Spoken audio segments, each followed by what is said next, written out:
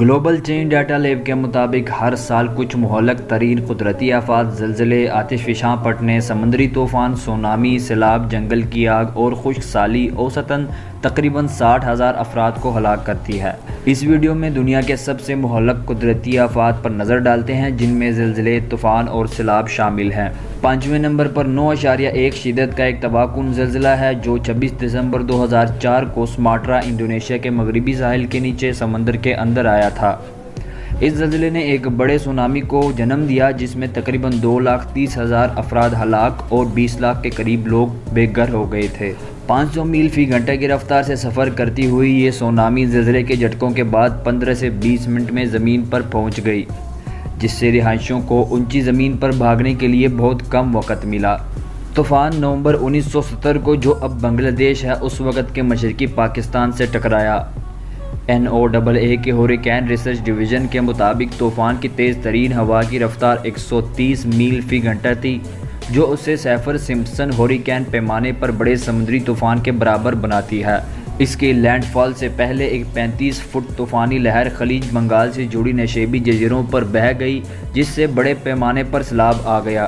طوفان کی اضافے اور انخلاء کی کمی کی وجہ سے 3 لاکھ سے 5 لاکھ افراد کے تخمینے کے مطابق بڑے پیمانے پر ہلاکتوں کی تعداد میں اضافہ ہوا۔ نیشنل ہریکین سینٹر اور پاکستان کے محکمہ موسمیات کی 1971 کی ایک رپورٹ نے مرنے والوں کی تعداد کا درست اندازہ لگانے کے چیلنج کو تسلیم کیا ہے، خاص طور پر موسمی کارکنوں کی آمد کی وجہ سے جو چاول کی کٹائی کے لیے اس علاقے میں آئے تھے۔ اس مضمون کے لکھنے تک عالمی موسمیاتی تنظیم کے مطابق بھولا طوفان کو ریکارڈ پر سب سے بدترین طوفان سمجھا جاتا ہے اور اس طوفان سے $96 بلین کا نقصان ہوا۔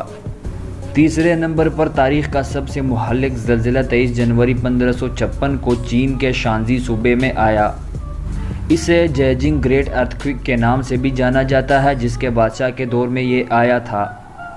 زلزلے نے 621 مربع میل کو تباہ کر دیا تھا۔ ایک اندازے کے مطابق 8,30,000 افراد ہلاک ہوئے۔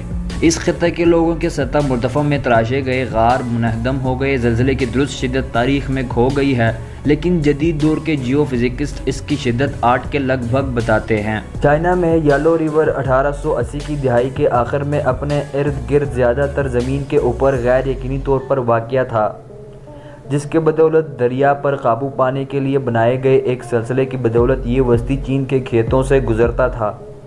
وقت گزرنے کے ساتھ یہ ڈیکیں خراب ہو گئی تھیں۔ آہستہ آہستہ دریا بلندی پر اٹھ رہا تھا۔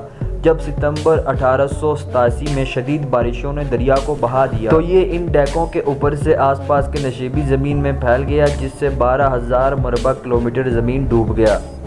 اس سیلاب کے نتیجے میں ایک اندازے کے مطابق 9 لاکھ سے 20 لاکھ افراد اپنے جانوں سے ہاتھ دھو بیٹھے تھے۔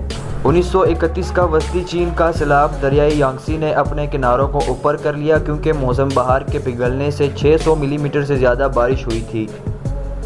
یلو ریور اور دیگر بڑی آبی گزرگاہیں بھی اونچی سطح پر پہنچ گئی تھیں۔